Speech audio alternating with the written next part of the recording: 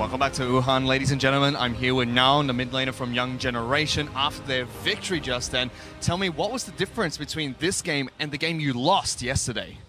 Chúc mừng em chiến thắng ha. Thì câu hỏi đầu tiên của em á là cái trận chiến này á, nó khác gì với trận đầu tiên mà trận thua của em ở trước KOG? Trận đấu sự khác biệt giữa trận đấu bữa nay và hôm qua thì là do lần đầu tiên góp mặt tại giải đấu chung kết thế giới nên tụi em đã có phần là hơi khớp và đã có một số lỗi giao tiếp và bắn bích. Còn hôm nay thì tụi em đã ổn định lại và thi đấu một cách tốt nhất. Yeah, the biggest difference was that yesterday it was our first time ever on a big stage, so we had a little bit of stage fright and have problems with communication and make mistakes in big bands. This time we had a lot better composure, so we did pretty well. And it showed. You guys tore apart KLG. And speaking of that, this is your first time on a big stage, the first time Young Generation have been to Worlds. And already, nobody quite knew who you were coming into this tournament. But after the first two games, even though you lost, you're one of the most hyped up mid laners coming to the play-in stage. How does that make you feel? Thì mặc dù là hai trận hôm qua em thua, nhưng mà sau hai trận đó thì em được đánh giá là một trong những mid laner hàng đầu của cái vòng play-in này. Thì em nghĩ sao về điều đó?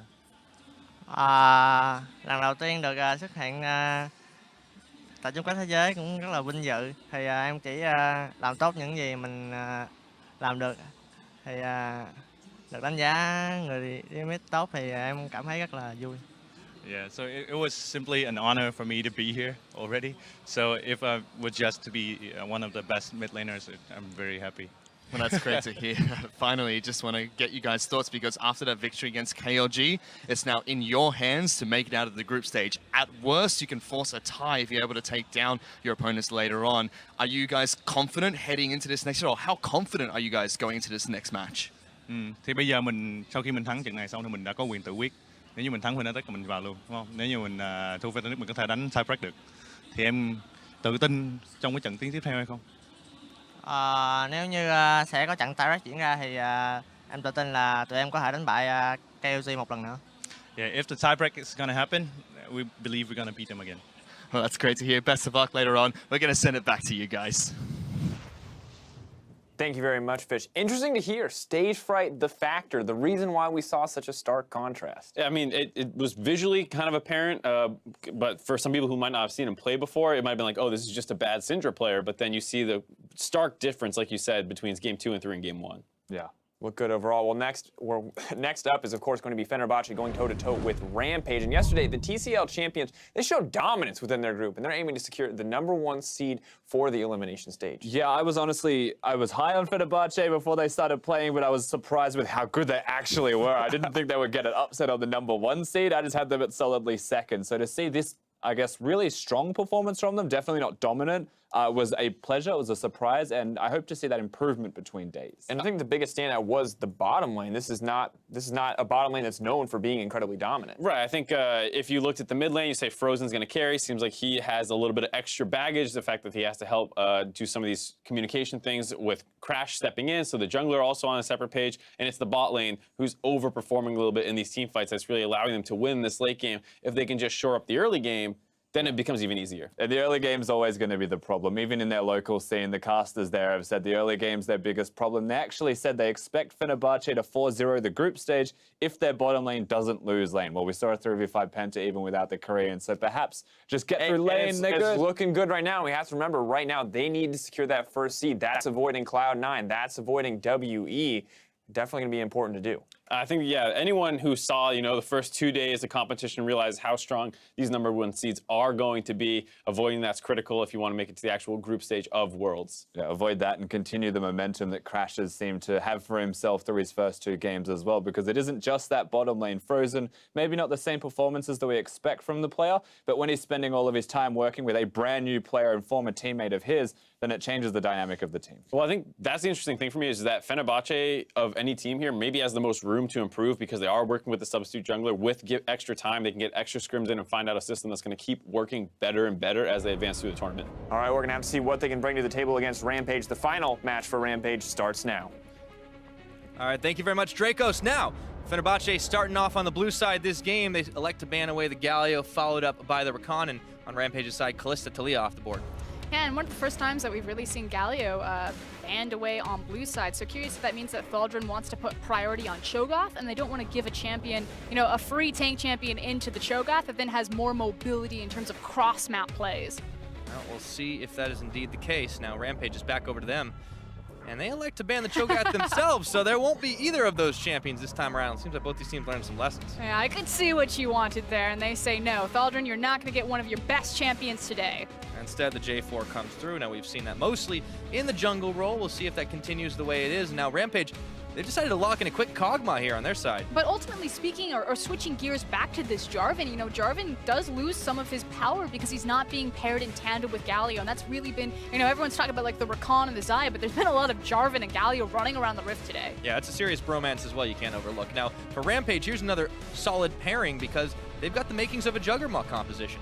Yep, you've already got so much added power and benefit. That means that there is more pressure on a hyper-scaling ADC to match that. Tristana certainly fits into that wheelhouse, and I expect that Padden will take his tried and true. Yep, just lets the timer tick down before he does it, buys the team a little bit more time to think about what they want to do next, and ooh, that would be an interesting one, but I think we're going to have to wait a little while. Frozen's definitely contemplating quite a few picks. I'm excited about all of these picks, though, that have been flashed forward. I would love to see another Cassiopeia take the stage. We have seen a couple of different build iterations coming out and playing so far. Yes, her twin fangs got hit a little bit, and that does start to stack up, and as I say that, he's like, nope, right turn. We need that Ardent Sensor. All right, so this time, we got the Karma all locked in, but of course, that could still be down in the bottom. We saw it in mid lane last game, but that was a very different type of game that we're probably going to see here. And again, theoretically, it could still be a top Karma. I expect that it's probably going to flex between Frozen and Japone. But again, it's providing that Ardent Sensor for Tristana, which could theoretically fill up more of an all-engaged champion. You know, Alistar slipped through the bans here.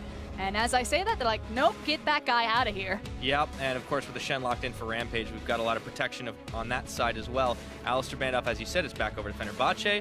We'll see what they decide to remove. Still needing mid lanes for Rampage. But my concern is that Rampage could fall into the exact same hole that we saw KLG fall into just last game, this idea of only having one viable damage threat. So I would like to see them pick up, you know, a strong mid laner to complement this composition, because while Kog'Maw can certainly go off, Rampage have been A, having difficulty getting there, and then B, if the Kog'Maw dies, they've got nothing left in the tank. Yeah, I mean, they could put like Ramune on something like a Corki, maybe a little bit more mixed damage, allows them to kind of survive about just about any laning phase. But you talked about the Cassiopeia, maybe that's the time to bring it out. We've seen a lot of rising up, pardon the pun, and maybe that's the choice.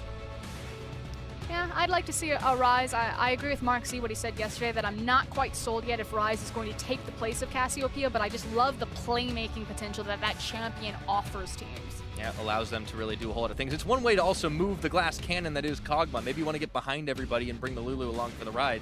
There's definitely going to be a lot of mobility if they elect to do it, but that's a lot of theory crafting. Meanwhile, the bans are still going hot and heavy. Orianna, Lucian banned away from the mid lane. But there is a lot of respect being given over to mid lane right now. You're taking away his Lucian, taking away the Orianna. He's now hovering the Syndra. I do like this. Like I said, I want more damage coming out of that mid lane, so not everything is on Yutori's shoulders. Yeah, give Ramune a chance to shine. And remember, for Rampage, this might be the last chance for them to really get a win on the board. They can't really progress any further at Worlds, but this game definitely for pride right now, and they're going to be going all out, taking it very seriously as always. And you know, that's the big thing. The LJL, they're one of the smallest regions in the world. They play very few games domestically, so it's a big deal for Rampage. You know, 3-time consecutive title holder of the Japanese domestic league, to get to Worlds and to just get that score. You know, just carve one in the win column. Yeah, and if they can do it against a team like Fenerbahçe, who were able to upset Hong Kong Attitude, well, that's going to be a pretty big statement for the LGL squad. Now, Fenerbahçe lock in the rest of their composition, the Gragas for the jungle, maybe the top, I suppose, as well as the Cassiopeia. And it does mean that it will be a Karma support, so I'm glad to see Cass again. We've seen multiple different iterations of the build. We've seen Cassiopeia's going towards the Rod of Ages to try to compensate and building up more AP as opposed to more of the defensive build, since she did lose a lot of power on that Twin Fangs. It does stack up over time, so we'll see and keep track of what direction Frozen goes. Yeah, final lock-in, of course, on the Rampage side was the Lee Sin for Tussle. So he'll be trying to make something happen, probably in that mid lane early on, but I wouldn't be surprised if he makes a few plays down towards the bottom. A few tools in the kit of Rampage. But again, Rampage have been progressing and developing their draft over time from day number 1. Again, it's building in or bringing more viable options for them over the course of this game. Now they can make plays with the Lee Sin, with the Syndra. Think of how strong that level 6 is, or the ability to walk in and do whatever you want in the jungle, as well as then have the late game insurance policy of the Kog'Maw. So I like the adaptations that Rampage have made. It's clear to me that they understood what went wrong for them yesterday, and they're trying to build and fix that today. And yes, this is only a Pride match for them, but Pride means everything. It certainly does, and it's going to be a very tough test for this Rampage squad up against the hitherto dominant Fenerbahçe, 1907 Fenerbahçe that is, and you got to look at Crash, man. This guy's been stepping up pretty epic, so going into his jungle might be a little dangerous. Yeah, I would definitely try to stay out of Crash's way right now. He's had very impressive steals to keep 1907 Fenerbahçe in it, and speaking of keeping them in it, it's pressure on right now to win here so they can stay in time with HKA. You know, they want to take first in their group. They want to upset things and dodge one of those other power regions coming into the best of 5, so they need to start here. We'll see if they're able to do it. We're loading up onto Summoner's Rift for the Game 3 today. Fenerbahçe not lost a game just yet. They don't want to start now. And a lot of eyes for me, yes, it's on Crash and kind of the way that he dynamically changes the style in contrast to someone like Move, who is a bit more of a control-oriented jungler, you know, a bit more of the back pocket safety net for Frozen to allow him to do what he wants. But a lot of focus for me is actually on Thaldrin. I think he's quietly had an amazing play-in so far. I think he is so pivotal and key to a lot of the success that 1907 Fenerbahçe get, and particularly how he sets up team fights. And on a champion like Jarvan, he's empowered to do that so much more. Keep focus on how this guy is moving around once the towers drop, come mid-game, come late game, and the fights that he sculpts are how he sneaks in behind teams. Yeah, we're talking about where Tussle might make plays in the early game, in the mid or in the bottom. Do you think he maybe wants to try and shut down Thaldrin? They've got a taunt available with Heavy up top. Exactly. It's the fact that when you have a Lee Sin and you have so much hard CC in both your top as well as your mid lane, that you kind of have the pick of the litter about where you want to attack and where you want to blitz. For me, though, it's still a lot of focus on Frozen. He is the primary carry of 1907. I know I just built up Thaldrin, and I really like what Thaldrin brings for the team fights, but in terms of laning dominance and laning strength, Frozen is an absolute monster right now. And on a lower mobility champion like Cassiopeia, if you hit the Scout of the Week, the guy's not running cleanse. You know, he has the heal, so there is a weakness to exploit there. It's very confident of Frozen, too, to just run that heal. And starts out popping out the bushes and sending some Twin Fangs of flying. There's a few more already, and even with those nerfs, the Cassiopeia still doing damage early on. Ramune finding that out the hard way. I also respect the skin. You know, we've seen a lot of the internal Cassiopeia running around, and it's not my favorite thing to look at. So it's a little strange, to be honest. Kind of a scary, off-putting skin. It's a little more classic here. Decepticon for me. Yeah, that's the way of things. Oh man, Frozen's already starting off with the bully. Ramune might have to hit that heal a little sooner than he'd like to. He's like, guys, didn't we just nerf Cassiopeia? Why is she still able to do this? The key thing, though, is to watch how Frozen is using his Twin Fangs to make sure that he's picking up the CS, so he's getting the mana return. The thing about low-level Cassiopeia, you know, level 1, level 2, is if she does try to go for these early all-ins, if she's not paying attention and doesn't get the mana return, she can actually just run out of mana and not have enough to burn you down. Right. So it's about trading the damage, but also making sure that you are taking care of your wave properly. And maybe not pushing up nearly as far as he could be, because that makes it easier for Tussle to try and push him back, and he's a little low on the health bar. We saw some cheeky trades down in the bottom side, and in fact, Padden's actually moving a little far forward just to get a ward inside the jungle. Yeah, really Rampage. Respecting the fact that Tussle did start topside. They know this because they saw Kog'Maw and Lulu come into the lane. So just giving respect that Lee Sin's probably hanging around. In fact, he's going to get underneath them anyway through the try. Oh boy. Level 3 on the Lee Sin, not going to go for the Krug camp. Instead, it's the long wraparound. Oh, he's thinking about it. He's like, oh, they're so far forward, but... Takes the blast cone, waiting out. The problem is where the wave came in. I bet if that wave hadn't set in, he would have just run in. But now that it's set, now he feels like he has a good angle to look for this Q. Yeah, trying to bait with YutoriMoyasi. Instead, they turn their attention over to Japone, knowing that he can't get the jump away the same way Padden can, and that's just down to half the health bar. It's all they could do for now. Yeah, Tussle was looking for the fadeaway Q, held onto it, made sure that he tapped Japone last with it, but unfortunately, you know, maybe 1 or 2 more auto attacks and he would have felt confident pulling the trigger, trying to get the flash there, but good response from 1907 Fenerbahçe's bot lane to respect, pull back, not lose any summoners. Yeah, Tussle might have the chance to do that again, though. Of course, he's got some vision down inside the jungle, one of them just expiring, but the other already standing strong. Now, Frozen and Ramune still doing it, but it's a little bit more even than it looked earlier. Yeah, Frozen did kind of duck out, lost control of the creep wave, but that's fine. He's just going to sit back, pick up this big wave. I want to talk about Crash right now, though. He saw that Tussle was on the bottom side. That gives him the go-ahead to recognize that Lee Sin's not going to be on this side of the map and steal away a free Krug camp. And because Tussle didn't also take the camps, he went for the gank instead. This will give him a bit of an edge, and you can see that in the CS already. Yeah, setting Crash ahead on the game, and we talked about making early plays. Of course, Crash has kind of been his calling card. Pretty much plays all game long since he's been subbed in on this team. See what he's able to get done. Looking at the top side, Evie might want to watch his back. Yeah, there were a couple of pings. I was curious if maybe Evie... Oh, hold on. Holy moly, we've got a fight on our hands. It was heal for heal.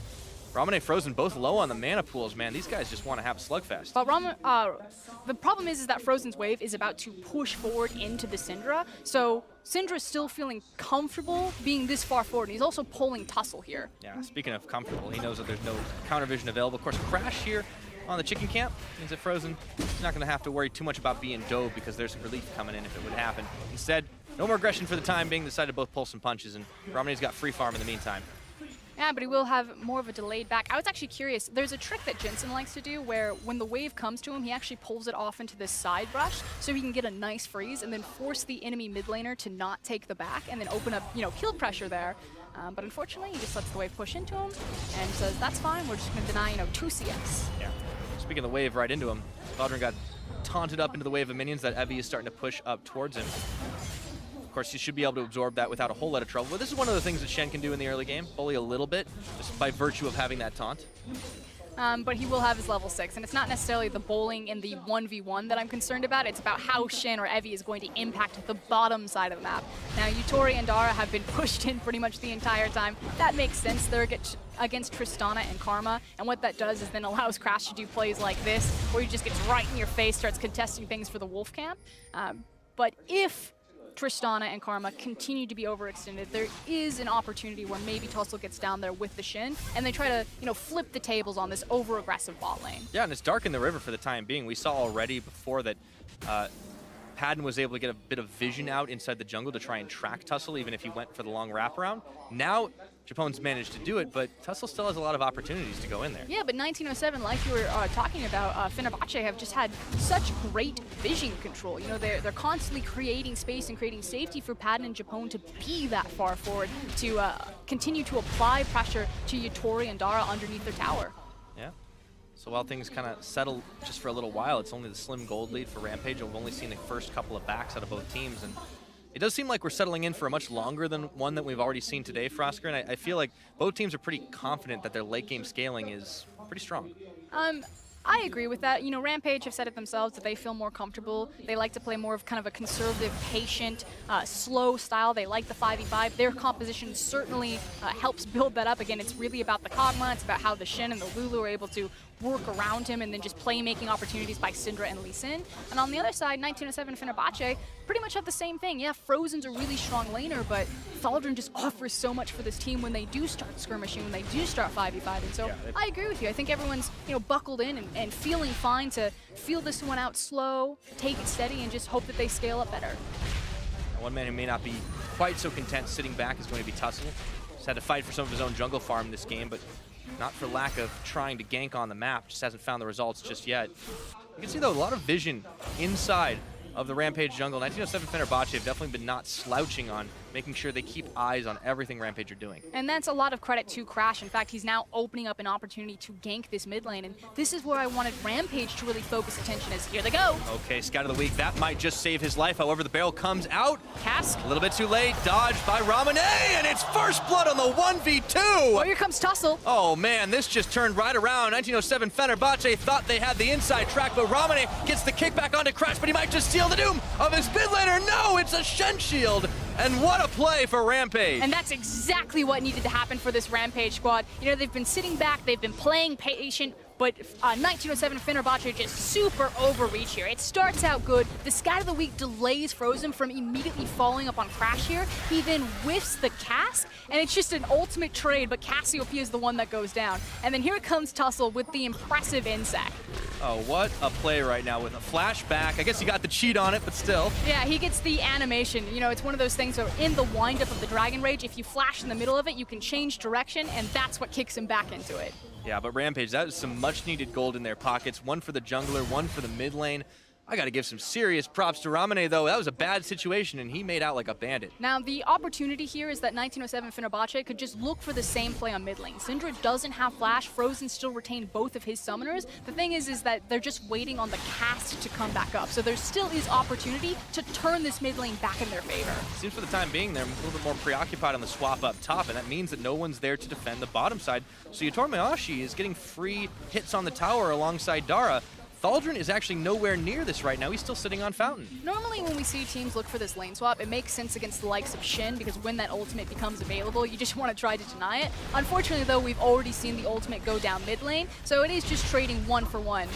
But advantage to Rampage is they get it first. Yeah, they were there a lot quicker on the draw, and even with a little help from Tussle, they're able to get it done. So 9 minutes and 50 seconds into this game, just shy of the 10, Fenerbahçe finding themselves without any kills, without any towers. It's going to change in just a minute, but Rampage aren't done on this bottom side. YutoriMoyasi on level 6, he's got living artillery, and they can keep on pushing. Yeah, but with Jarvan there, they do need to be careful. Someone is going to have to respond to Padden and Japone up into the top lane. Gragas is also being pulled up there. Okay, we might get into the good old double tower trades. It's, yeah, Rampage, they're the ones who've got one leg up. There's only a few more minions left, but they've got more than enough damage to finish the fire off, and it looks like Evi's not even going to try to go and defend. He's going for the mid lane. They want to dive it here. Yeah, and Rampage are making it very clear that the mid lane is what they want. All right, Scout of the Week. The Unleashed Power's on top of Frozen. They push him back, and it looks like Ramune is going to make it out by the skin of his teeth. Again, these guys, yes, they come from a tiny region, but they are 3-time winners, consecutive splits in their region, and they are trying to play for pride here. There is nothing on the line except for the name of Japan. And you've got to be sweating a little bit right now. If you're 1907 Fenerbahçe, remember every single win counts. They might be 2-0 on the board, but Hong Kong Attitude, they already came out swinging earlier today against the same team, and you start dropping games like this, you may not walk away with that first seed. And Ramune, already 100% kill participation. Yeah, it's only 3 kills, but 11 minutes and on a Syndra, that is going to matter. Next Dragon will be in the Infernal. It'll be spawning at 17 minutes, and the power spikes will start to come in for their composition. All right, here was that play once again. Started off with Frozen, getting the Petrifying Gaze off, and then he flashed forward. And Evi and Ramune managed to just have enough damage left in the tank to finish him off. Even with Syndra tanking the tower right there. So Frozen did what he could. Unfortunately, he didn't have, the appropriate backup to punish Rampage being so aggressive underneath that tower. Yeah, really nicely played. So gives them a 2,500 gold lead with towers traded up top and down bottom. The map is open up in a bit of a lopsided way, but YutoriMoyasi and Dara, they're on the wrecking crew here. Gonna make it 3 for 3 on towers. Yeah, their responsibility is just picking up the global gold and picking up the farm. Syndra is definitely online right now, has the completed item, but poor little Kog'Maw, he's still in between a lot of his items. Looks like he's looking for that Rage Blade Rush, already has the AD, so prioritizing that over the AP so we can continue to shove down these structures. Yeah, and I think 1907 Fenerbahçe, realizing they can't respond to it in time, just decide to trade and mirror once again, so there's gonna be a lot of global gold coming in for both teams for a little while. However, there's not a whole lot else being able to take that the teams can take on the map, except perhaps the Rift Herald. This time Evi's here to actually defend, but it's 1v3. And while we are playing out in the side lanes, we still need to give a lot of attention to this mid lane. Frozen is just trying to play damage control and keep them from snowballing further on that, but he's playing without a flash, he's playing without a heal, and you saw that Syndra and Lee Sin actually spent a lot of their time looking for another opportunity to punish Frozen and not moving down bottom immediately. Yeah, Tussle's not always been the first to a lot of these fights, but he's certainly been the one putting them away, so far, props to this Rampage team with nothing on the line but pride. They're showing a rare form here. Frozen, just got to dodge those balls. I mean, it helps when, kills are thrown into the meat grinder. For sure. Yeah, game's definitely gone a little bit more chaotic than we might have expected from the first few minutes. So Rampage do need to respond to this. 1907 Fenerbahçe have spent, what, 3 waves down here? And poor little Evi is just assist ping, guys.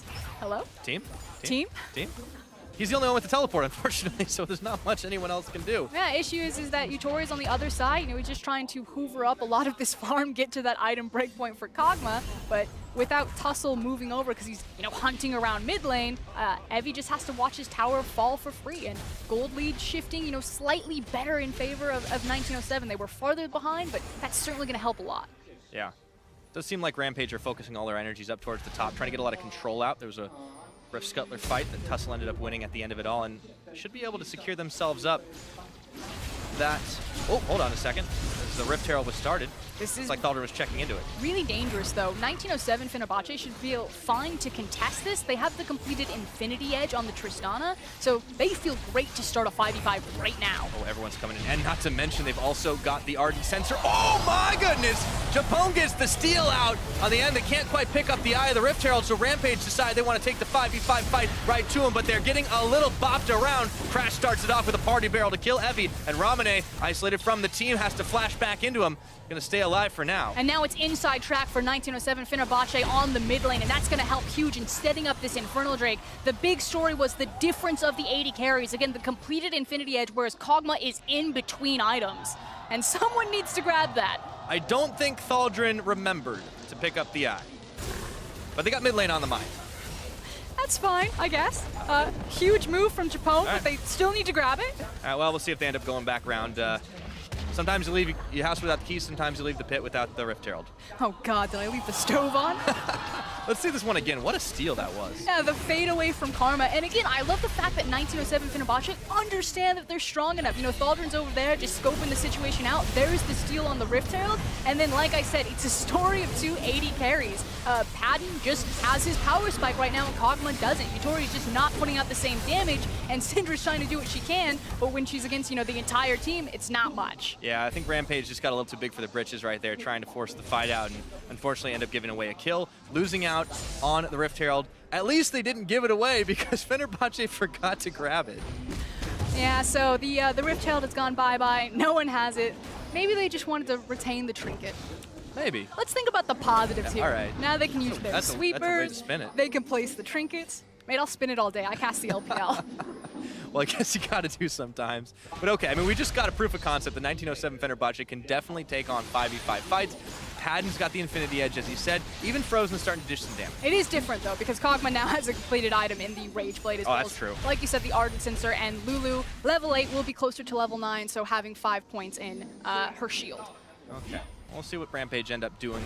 Of course, this game just got a little bit less certain for them. It's 1 minute until that Infernal Drake we were talking about earlier is going to spawn up.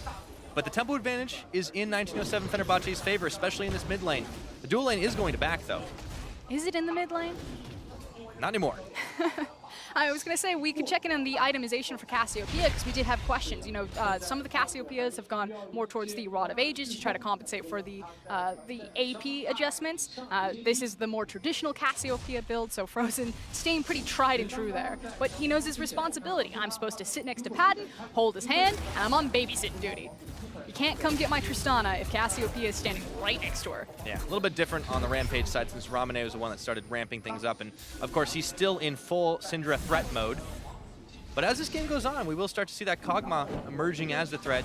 With the Guinsoo's Rage Blade already picked up, he's, as you said, going to dish a bit more damage as well. But Rampage seemed to have stabilized after losing out on the Rift Herald. They got pushed up in the top, trying to hold on in the mid.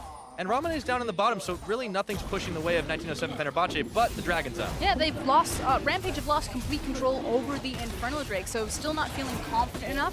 Maybe waiting for 2 items, you know, maybe that Hurricane on Kog'Maw before they really want to step toe and contest. But, you know, giving away a free Infernal never feels good. No, that's definitely not what you want, especially when you're going to be playing a scaling war. Extra AD and AP for all the champions on the side of 1907 Fenerbahçe. So the thing is that by the time the next Infernal Drake spawns, Kog'Maw will have his big 2 items completed, so they'll definitely feel comfortable. The race is now on for Padden, who, as the Tristana, is a bit more dependent on kind of the 3-item power spike versus just the 2, especially when looking across at Kog'Maw there. So I feel like this next 6-minute window, Kog'Maw's totally fine. He's going to hit it no problem. There's a bit more pressure and time sensitivity to Padden and how much farm he's going to pick up in that time. Well, he's halfway there, and I think that the critical thing is that they've... living on a prayer? Always, apparently. You just completely made me forget what I was going to say. Thaldrin, that's it. Whoa! It's not karaoke time yet, Frosk. We're going to do that a little bit later. Thaldrin is going to be able to get involved in these fights. As you predicted at the start of it, this Jarvan, the playmaking champion, he's got a lot of damage to bear as well. And I feel like they can kind of sit him on the sideline because the TP is always going to be available to get involved in the 5v5. And Thaldrin is incredibly important in Rampage's composition because it's about the Kog'Maw. And if you can get that backline dive, guess who's responsible for that? They have the Gragas cast, they have the Cataclysm, so they have the tools to isolate, knock Yutori out of position, and just pop him like a balloon. So now all eyes need to be on Thaldrin and Crash about how they get that Kog'Maw out of position. Yeah, and Crash, you know, after a little bit of an early oopsie, he's definitely stabilized. That last fight was pretty effective to kind of shut down what this Rampage team was doing, but he does face check right in to Tussle and Ramune. Not a whole lot of damage dealt. He was able to face tank through most of it. Thaldrin, meanwhile, heading down towards this bottom side where Evi's shoving away at the mini-wave. But this is just a scouting mission. 1907 Fenerbahçe aren't looking for a fight here. Yeah, if they can pick someone out of position, it's going to feel nice, but it's about the vision game right now. You know, they're setting up for the Baron that's spawning in 39 seconds. Crash does need to be a bit respectful, though. His team's not as close to him as he might think. Yeah, that's the one thing about trying to set up for Baron vision. If your jungler ends up getting taken out right before it spawns, that's usually not a good sign. Still, a lot of control inside this jungle. 1907 Fenerbahçe not loosening their grip at all. Despite a gold advantage for Rampage, they of course just lost track on their own. And in fact, the only thing that I wish that they would do right now is actually get a back in for Japone so he can pick up more control wards to really secure this Baron, because that seems to be their next primary objective. Well, might get something for it before, though.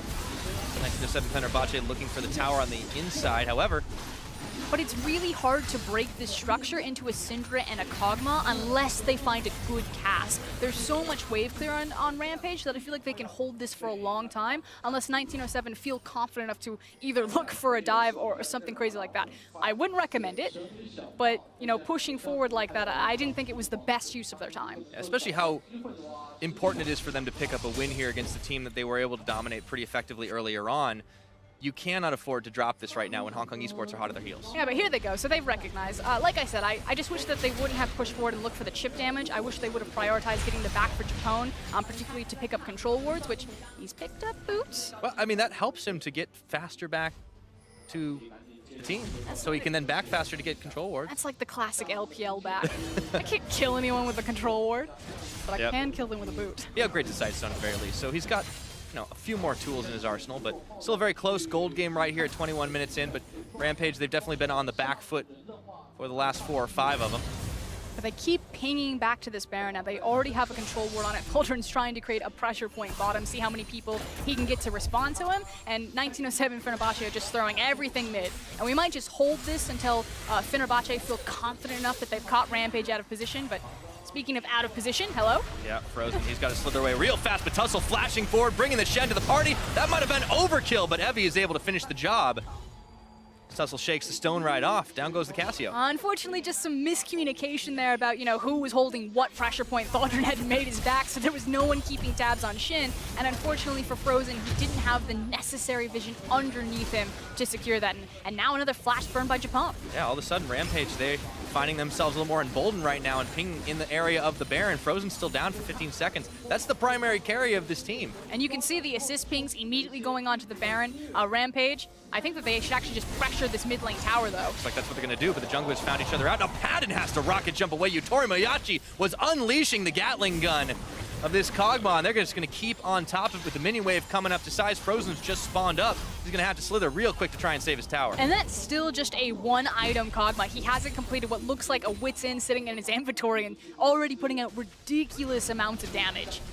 That's not going to be easy for 1907 Fenerbahçe to try and shred through, so all of a sudden Rampage finding themselves a little bit more swagger in their step, but 1907 trying to push things in. Still difficult to do. Padden does have that static shiv to pair up with his Infinity Edge, so we're 2/3 of the way towards that Tristana power spike. However, we'll see what they're able to get done here. Another Infernal Dragon spawning in 40 seconds. Yeah, but this is now when teams really need to make their backs if they are going to look for those last-second buy opportunities. Might be in for a fight here. Tussle does tank a little bit of poke damage. Frozen is nowhere to be found here. No way for him to get into this fight. So if the chase is on, no, it doesn't look like it. Everyone's backing away. Are we going to continue to hold this? Ramune did not get the memo. Oh, he's going to burn flash. Huge ultimate down, though. Yes, the Syndra uses the flash, but there's no longer any cask as the Infernal Drake will go live in 12 seconds. But at this point, 1907 Fenerbahçe are like, no one is backed. Just chunk the health, get the Lee Sin out of here. We're going to turn and immediately burn the Infernal. But in response, Rampage are just rushing towards the Baron. They know that 1907 Fenerbahçe are on this dragon. And there's no way they can contest it going down oh so quick, but V-line right now, Rampage going for this Baron, actually trying to just ping to go to the mid lane instead. They want to take a fight. The indecision here. Oh boy, setting up for a death brush. I don't know if this is advisable. They're stacking the orb, so the Syndra damage will at least come out big. They saw that ward come out. Game's up. Yep, they call the bluff and they're just going to push mid. So Rampage, a little bit indecision on the Baron, although as I say that, they're moving towards it now. Let's see if they can get it. The tower is nearly set to fall already. The minions are going to do the rest of the work, and the rest of 1907 Fenerbahçe coming to bear, crash around the back of the pit, but this Baron's not nearly low enough. Can they turn for the fight? Thaldrin, that is a big shield on top of him, and he flag drags in, goes for the dome, and Ramune's going to fall to start things off. Frozen cleaning him up off the back of it. YutoriMoyasi knocked up to the high ground, but he's not able to get anything else done. It's a 2-for-1 trade. But that's still inside track for 1907 Fenerbahçe. They will get this mid lane tower. It is pretty much on its last leg, last stand. Push this forward, probably clear out the top lane, make their reset, and start setting up for Baron again.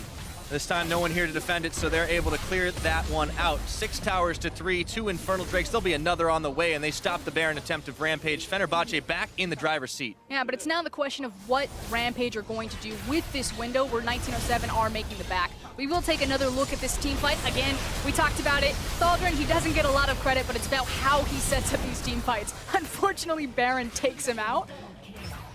But got the nice Cataclysm. I mean, he did the job. You know, sometimes when your team follows you all the way in, it doesn't matter if you die because you take a couple people down with you. Rampage. This is the window I was talking about. In the 1907 back, it meant that they lost control over the Baron pit. So Rampage see that they're trying to fix the waves, and they immediately pull the trigger on the Baron. Yeah, they got Baron fever for sure. Now Tussle looking to try and catch out onto Padden. He gets the kick back into Ramune, turns and burns, and they're going to be able to find him. Rampage taking out the carry right there, and even through the heal, they might have the chance to take the Baron this time. But they still need to respect the fact that Crash is around as well as the Cassiopeia, so they're not 100% confident to go for this. Yeah, but Thaldrin's not there. However, he does have the teleport. Going to start it up right now, and looks like Rampage they're going to turn off, looking for Frozen this time. Do they have the damage? No taunt. Oh, so close to hitting that taunt there. That would have been the difference maker, and now a little bit low. They don't feel like they can try and fight this one out. So 4 members of 1907 Fenerbahçe are enough to deter this Rampage squad. They have to scatter away from the barrel. And unfortunately, that was the window that Rampage had to try to exploit 1907 Fenerbahçe not being in position. So losing that is pretty massive because now it's just going to go back into a tug of war over the vision, and 1907 will have the waves. You can see that Frozen's setting it up in the top lane. The bot wave has already been shoved up. Someone will need to respond and reset that, and it gives them all of the time to walk in, clear out all this vision, and try for another Baron setup. Yeah, and in the meantime, there'll be another Infernal Drake in some minutes away, and with the control of the rivers on both sides, 1907 Fenerbahçe looking to sit pretty. It's been a few hectic moments for this team, but they definitely seem to be controlling it. And unfortunately for Rampage, it's starting to look like they may not be able to walk away from this Worlds with a win. It's not over yet, Pyra, because you do have the 2 completed items now on Kog'Maw. He's also got his Zeal, so he's looking for that 3rd one. There are still hope windows. You can see that this is where Rampage are comfortable. They said it multiple times. They're a slow, patient, methodical team. It's about their superstar ADC, getting him to that point where he can really take advantage of a fight, and he's still in perfect position to do that. You know, great CS. He's kept time with Tristana. He's already been devastating with 2 items. He's going to be even more so when he gets that Hurricane. It's very true, Frostgren. Still, though, it's going to be really tough for this team to climb back, and we saw a little bit of an indecision. We saw them not being able to pull the trigger. Don't know if they would have gotten the Baron. However, for the time being, decided to sit in the mid lane and fire away at the minion waves. They still need to be able to knock that one down in the middle. I mean, if it's not the Baron, it could also be the Infernal. Letting 3 Infernals go would absolutely be the last nail in the coffin for them. Oh, that's a little bit rough for sure. Rampage is still pinging around, but of course you see 1907 Fenerbahçe, they don't want to give the Baron away. The situation that they're struggling with right now is the fact that Thaldrin doesn't have the teleport. Evie doesn't have his either, but he gets to be Shen, so he pretty much has it anyway with Stand United. And that's kind of the issue that Fenerbahçe have run into, and why they can't just immediately rush towards the Baron that they were setting up. And with Infernal spawning so closely, I feel like they're just going to take this one slow. You know, let's wait for the teleport cooldown to come back up before we try to make the Baron play, unless Rampage just massively misposition themselves. And let's instead focus on this Infernal that's spawning in 1 minute 30 seconds. By the time we take that down, hopefully we'll have the teleport back up, and then we can try to set up this Baron properly. Yeah, that's the controlled style. All right, so there you see the ward clearing out. 1907 Fenerbahçe priming this Baron to see if they can maybe get a catch on the back half of it too, because they see Tussle just inside of his own jungle. And of course, Dara just standing on the outside as well. Thaldrin still clearing in the bottom side. Full control for 1907 Fenerbahçe, but Rampage, they're not too far behind, and we have a 3-item Kog'Maw to bear. Yeah, the big AoE purchase in the Hurricane, so it's not just about the 3 items, it's about the fact that, you know, no one is safe now on the side, which means that Thaldrin, Crash, your job got that much harder, that much more important for these 5v5s. Find this Kog'Maw, get him out of position, and blow him up. Now let's see if they can wheel the cannon in the right position, though, on the Rampage side. Still pushing waves back, making sure that 1907 Fenerbahçe do not have too many chances to start pushing on to those base towers. However, still a strong presence in the mid lane. They've got to be able to try and contest this dragon. As you said, giving up a third could be fatal. And it looks really slow right now that there's just a massive hiatus, but this is exactly what 1907 want. They've got Thaldrin out into a side lane, so they don't want to get caught out in a 5v5 because they know that the enemy top laner can be there and theirs cannot. So this patience, this is controlled patience. Yeah, looks like Crash going to run straight into Ramune and Tussle. Safeguards back to his mid laner. Still throwing his weight around for sure. Crash didn't really take any damage at all. But here's the Infernal. Tussle. Here comes Evie. They've got a taunt off. It's onto Thaldrin. Does it tanky enough, though, to survive? Evie gets knocked back into the team. The power gets unleashed, but no one's gone down. A couple of key ultimates spent, not to mention a flash out of Thaldrin. But the problem is that there's no vision down there. It's so dangerous for Rampage to step forward into this. They've got a single ward in front of the Dragon Pit, and it's going to be 3 uncontested Infernals in favor of 1907 Fenerbahçe. Oh man, that's looking to be disaster right now for Rampage. The gold might be even, but those dragons can spell all the difference. Now, Rampage, they're making a beeline for the Baron, but this is in full vision, and no one has backed on the Fenerbahçe side. And I've seen this play before, and Rampage just have never had the confidence to pull the trigger on it. So I think that they're trying to set up a trap, but unfortunately, because they haven't checked the Baron, they don't know that it's warded. And so 1907 Fenerbahçe, with all of the information, just choose to call their bluff and push up mid. Yeah, might be able to take out some towers too if Rampage still stick around trying to set up this death brush, but Crash is just going to find out that lone control ward. Padden and Japone still standing strong, and Crash gets caught on the stun. Tussle around the side looking to delete. Padden gets the kick off and interrupts the jump. That might just be enough to do it. 5-man, they're going to turn for this one, but they're going to have to fight for it with 3 Infernal Drakes. A 4v5 might not be out of the question for 1907 Fenerbahçe. Still need to respect the fact that Crash is still alive. You can see he's trying to debate, are we walking in the front? Are we going in the back? Yeah, they were looking for Japone right now. Tussle right on the front line for the chase. They could just go a couple top members. lane. Looking for it. Yeah, Dara. Clearly has chase off. Here's the Kog'Maw, wheeling in the cannon. Let's see if they can take it down. I like this call. Don't even play with the Baron right now. Crash is still alive. You've got a huge wave and huge damage on the Kog'Maw. Take the free structure. See what they can do with the man advantage. Still 15 seconds left on the Tristana. That's a massive mini wave. Pretty easy pickings. Try and get some gold back into their pockets, so Rampage will clear that away. Still pinging back for the Baron, though, is 1907. Yeah, and it's a huge wave that someone needs to respond to. So, yes, Jarvan is taking care of it. He does have his teleport if he really needs to get here quickly, although he can't just walk. But this is so much respect from Rampage. Yeah. They are so terrified of Crash. Yeah, and terrified of Baron throws. I suppose it's healthy, but at the same time, they might have been able to pick up a couple of them. This hasn't been a problem for any other team this entire play-ins. Well, that's very true. Looks like 1907 Fenerbahçe are making a play on the Baron. It's only with 3 members. Ramune's still sticking around, but he's in danger of getting caught up. Now Padden's joining the party. Here comes Tussle around the side. Let's see if they can stop this one. A lot of pings flying on all sides. Evie's not started to stop, and it's going to be Tussle who gets knocked up into the team. Still a lot of damage, but they got wild growth on, and it's going to be a big party barrel. Redemption is not going to land on Dara. Let's see if they can take out Frozen to start things off. There's a shutdown for Evie, and the Kog'Maw will find a kill onto Thaldrin. Rampage looking to finish this fight. Padden already jumped away, though, and will this finally be the time for Rampage to get the kill? Crash is caught out. If they can take down the Smite, that might just be enough. Crash moving back forward, and it looks like Tussle can't find the finisher. Just turn on the Baron! Oh, please just take it. There they go, starting it. All right, but Tussle's in danger. Has to safeguard back. They don't want to do it. They're given so much respect. Now Padden is back into position, so this Tristana definitely is a problem. And Tussle is taking a lot of damage standing behind the monster. Oh, you can say that again. Evie tried for the taunt, but it's not enough. They're inside the back of the Baron pit. YutoriMoyasi forced to flash away. Not in this fight. Evie's isolated for the team, and everything is going wrong. Padden gets Ramune, looking for Evie. They turn back onto the Baron, and the aggro doesn't even reset. Disaster. The indecisiveness means that 1907 Fenerbahçe will get the Baron, but Tussle, the miracle still. Let's see if he can do it. Sends the Sonic Wave. Just a smidgen too late. Down he goes. And 1907 Fenerbahçe come up with everything. The kills, the Baron buff on all 5 members. All that's left is for them to push into the base. This has been a 10-minute Baron dance, and ultimately it's Baron that does so much of the damage. Let's look at, take a look at how this team fight started. Now the big guy to look at on your screen is Hitori, because he goes pretty much untouched this entire time. So Rampage, they appeal back to their Kog'Maw. He starts to get confidence. He's pressuring forward, pushes them out, and this is where things look amazing. Now Yutori immediately turns toward the Baron. He's like, come on guys, let's get it into position. But the team just doesn't rotate quickly enough. Are we zoning them away? Are we on the Baron? Pick one, force Crash to come to you, and then this is the biggest mistake. Standing behind the Baron and just getting shredded by all of these spikes. Yutori's actually going to flash out of the back of the pit, and now all your damage is gone. Yep, Ramune Tussle just kind of standing there waiting for the end of days, and that was all she wrote. Double kill to Tristana, insult to injury on top of it. We know the rest. Yep, and Tussle will try to make the miracle still, doesn't get it. Crash secures the Baron and might secure the victory here for 1907 Fenerbahçe. Triple Infernal, 35 minutes of the game with the Baron, and now sieging on bot ended. Yeah, that tower's getting cut through pretty quickly right now.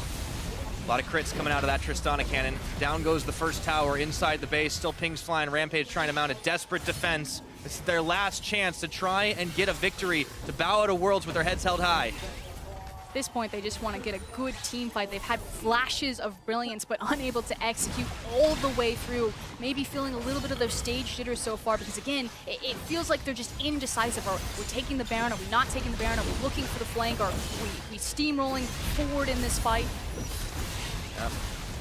As you've mentioned so many times, the LGL, small league, small region, emerging, trying to prove that they have the chops to tangle with some of these larger regions. The TCL producing some serious contenders, even on the world stage, and once again, it looks like 1907 Fenerbahçe might be joining those ranks pretty soon as Crash goes in, gets the knockback, and they're going to start the deletions. YutoriMoyasi's already out of this fight, and so he goes. So goes the damage. The dominoes are falling, and they just keep on moving. The double kill for the Cassio. They don't even need that inhibitor. Already got one down in the bottom. There goes the ace. 35 minutes on the clock, and it's all over but the crying as 1907 Fenerbahçe turn it back around, getting themselves one more win and going undefeated in their group. Fenerbahçe executing on what Rampage was just a bit gun-shy in doing, which was pulling the trigger on the Baron. As soon as they saw they had an advantage, they said, this purple worm is ours, secured it, and then immediately ended the game.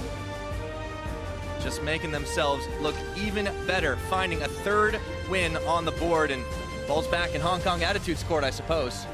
And that's the thing, it was a must-win for 1907 Fenerbahçe to keep toe with HKA. They want to come out first in the group. They had to win here, and now this group just got even spicier. Yep, there's going to be a few more very decisive games coming through, and shaking hands with the Rampage members, but unfortunately for these guys, not a whole lot left for them to do.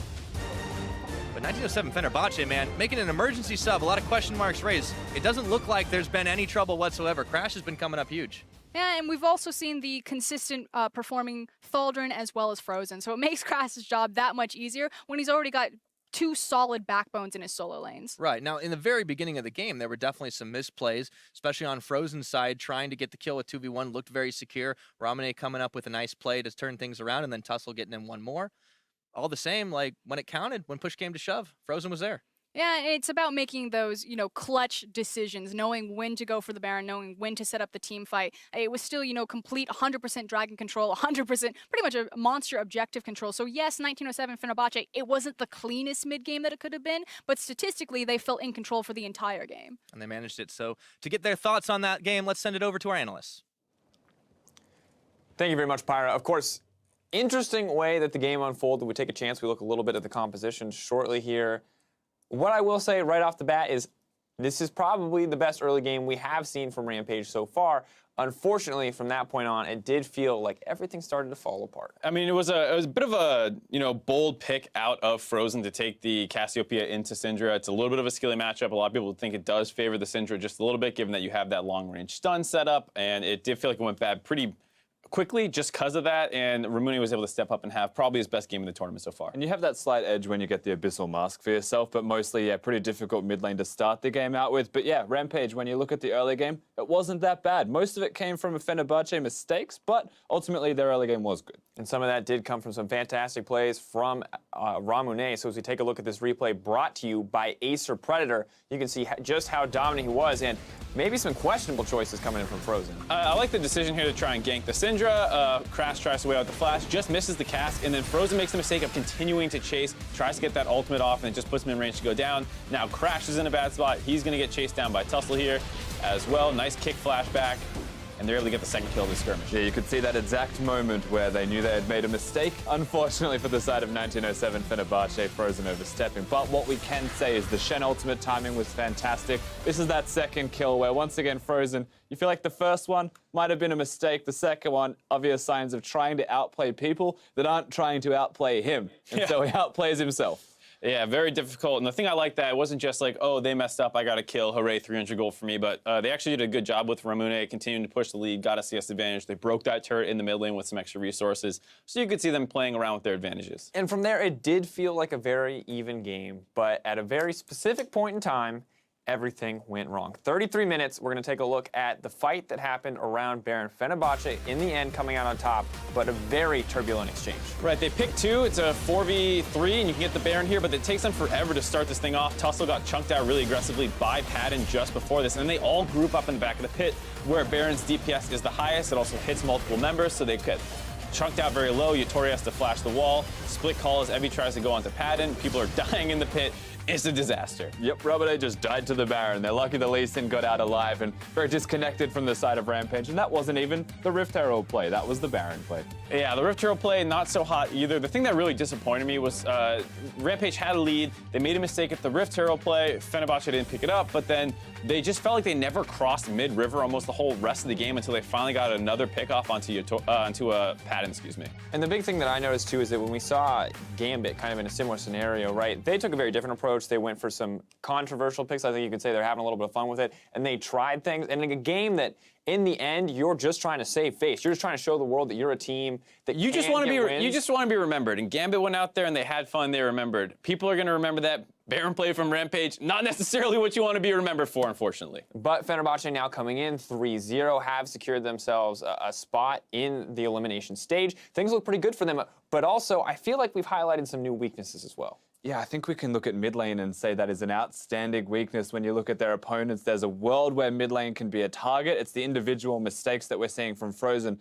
Perhaps the fact that he's having to communicate with Crash so heavy-handed could ultimately be his downfall, but now we're seeing early laning phase and mechanical mistakes. Right, he got ganked early on in the first match versus HKA, and it seems now after dying here versus Rampage that he has to be very careful going forward in this rematch because he might be getting targeted very aggressively in-game moving forward. Do we think that this was just that confidence pick similar to the Caps that we saw, or the LeBlanc we saw from Caps yesterday? Do we think that on a more conventional pick he can be safer, or does he just need to kind of take a step back? I would say it's mentality more than champion as well. Cassiopeia is a comfort pick, but so are a million other mid lane champions for every mid laner at this tournament. Just play more carefully. All right, well now let's send it over to Fish, who's standing by for an interview with 1907 Fenerbahçe's jungler.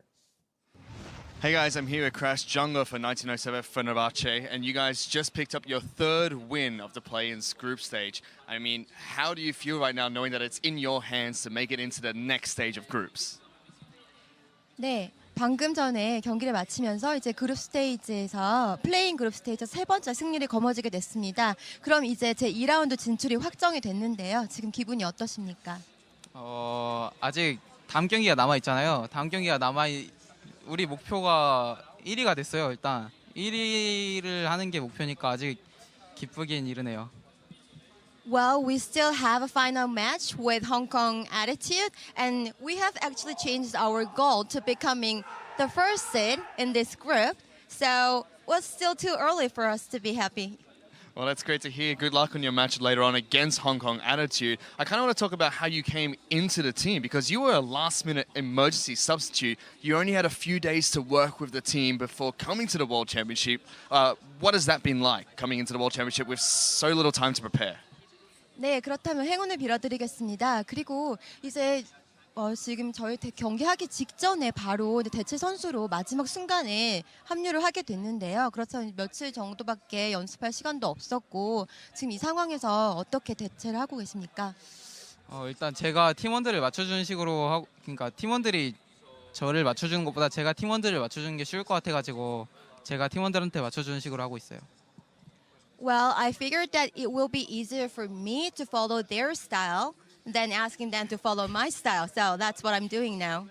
Which is good to hear because Thaldrin had a few things to say about how they were trying to adapt to your style as well. So it's good to hear that you're doing the same. Finally, just want to ask, what is communication like in a team? Because I know you're a mixture of both Turkish as well as Korean players. How do you guys communicate going into game? How do you guys practice together, so to speak?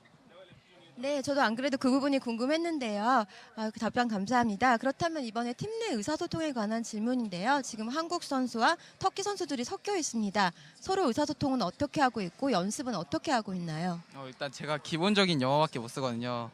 네, 그 기본적인 영어로 탑 친구가 영어를 굉장히 잘하니까 탑이랑 그 테일이 형이 같이 제가 말하는 걸 못 알아듣는 거를 통역해 주는 식으로 하고 있어요.